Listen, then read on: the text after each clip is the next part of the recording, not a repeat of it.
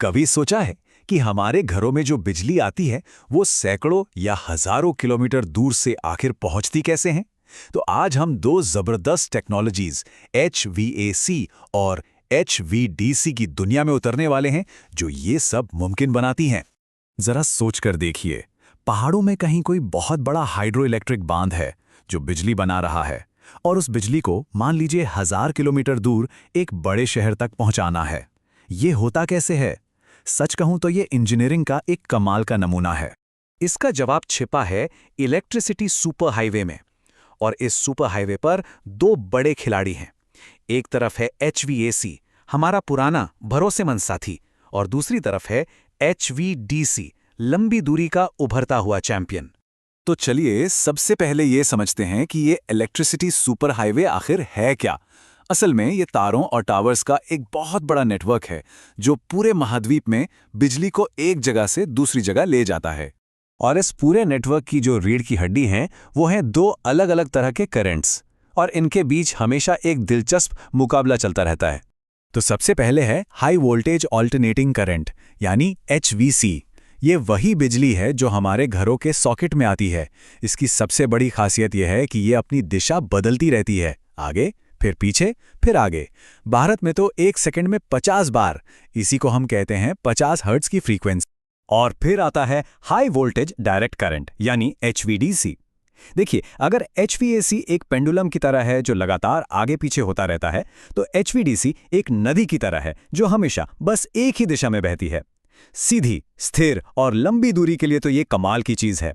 और हाँ, इसकी कोई फ्रीक्वेंसी नहीं होती।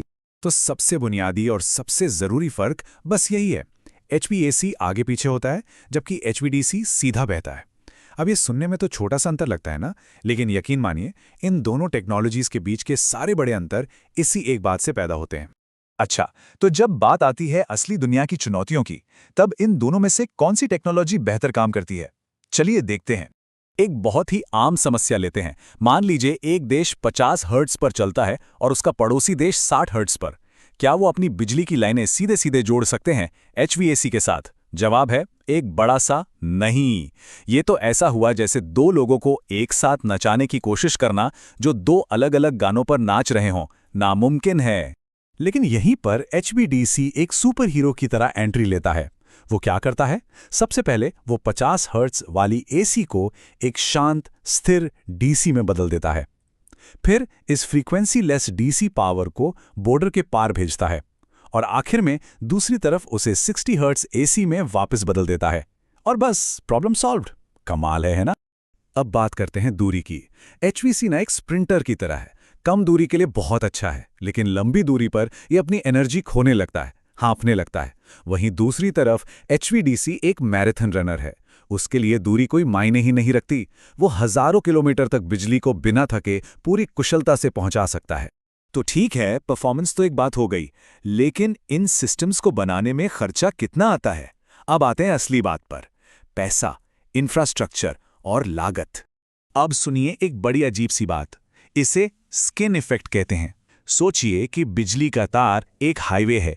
HVAC के साथ सारा का सारा ट्रैफिक मतलब करंट सिर्फ बाहर की लेन्स पर चलता है, बीच की लेन्स खाली पड़ी रहती हैं। लेकिन DC के साथ ट्रैफिक पूरे हाईवे का हर एक लेन का इस्तेमाल करता है। तो इसका नतीजा क्या हुआ? इसका सीधा मतलब है कि उतनी ही बिजली भेजने के लिए HVAC को मोटे, भारी और ज्यादा महंगे तारों की जरूरत पड़ती है, जबकि HVDC पतले और हल्के तारों से भी काम चला लेता है। मतलब कम तांबा, कम खर्चा। और ये सिर्फ तारों की ही बात नहीं है। जरा उन बड़े बड़े टावर्स पर नजर डालिए जो इन तारों को पकड़कर रखते हैं। HVAC के लिए बड़े चौड़े टावर चाहिए जो 3 तारों का बोझ संभाल सकें, लेकिन HVDC के लिए पतले स्लीक टावर ही काफी हैं जो सिर्फ 2 तार संभालते हैं। इसका मतलब है कम स्टील, कम कंक्रीट और जमीन का भी कम इस्तेमाल। लेकिन हर कहानी में एक लेकिन होता है। HVDC के इन सारे फायदों की एक कीमत है, और वो है जटिलता। HVAC सिस्टम बहुत सीधा साधा है। बिजली बनाओ, वोल्टेज बढ़ाओ और भेज दो, सिंपल। पर HVDC को दोनों सिरों पर बहुत बड़े, बेहद महंगे और तकनीकी रूप से बहुत जटिल कन्वर्टर स्टेशन चाहिए होते हैं। एक AC को DC में बदलने के लिए और दूसरा उसे वापस AC में बदलने के लिए। और यहीं पे कहानी में आता है एक ट्विस्ट। हाँ, ये सच है कि HVDC का शुरुआती खर्चा बहुत ज़्यादा है, लेकिन जैसे जैसे दूरी बढ़ती जाती है, पूरी कहानी ही पलट जाती है। इसे कहते हैं ब्रेक इवन दूरी। ये वो जादुई पॉइंट है, अक्सर लगभग 600 से 800 किलोमीटर के आसपास, जहां HVDC के महंगे स्टेशनों का खर्चा उसकी सस्ती लाइनों और टॉवर्स की बचत से बराबर हो जाता है। और इस पॉइंट के बाद हर एक किलोमीटर पर HVDC असल में HVAC से सस्ता पड़ने लगता है। तो इन सारे फायदों और नुकसानों को देखते हुए कोई इंजीनियर ये फैसला कैसे करता है कि कौन सा करंट चुनना है? तो चलिए अब देखते हैं फाइनल मुकाबला।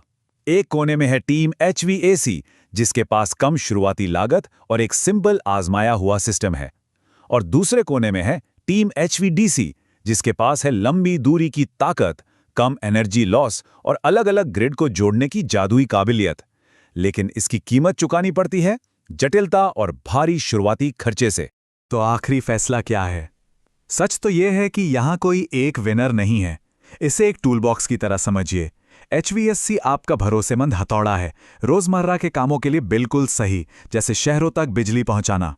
और HVDC आपका वो खास लेजर गाइडेड ड्रिल है, जिसे आप बड़ी मुश्किल चुनौतियों के लिए बाहर निकालते हैं, जैसे बहुत लंबी दूरी, समंदर के नीचे केबल बिछाना या दो अलग-अलग ग्रिड को जोड़ना।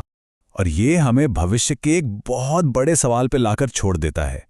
जैसे जैसे दुनिया रिन्यूएबल एनर्जी की तरफ बढ़ रही है, रेगिस्तान में बड़े बड़े सोलर फार्म, समंदर में विंड टर्बाइन्स, हमें उस साफ सुथरी एनर्जी को दूर दराज की जगहों से उन शहरों तक लाना होगा जहां हम रहते हैं। तो भविष्य के इस एनर्जी सुपर हाईवे का भार कौन उठाएगा? HVAC या HVDC? इस पर सोचेगा जरूर।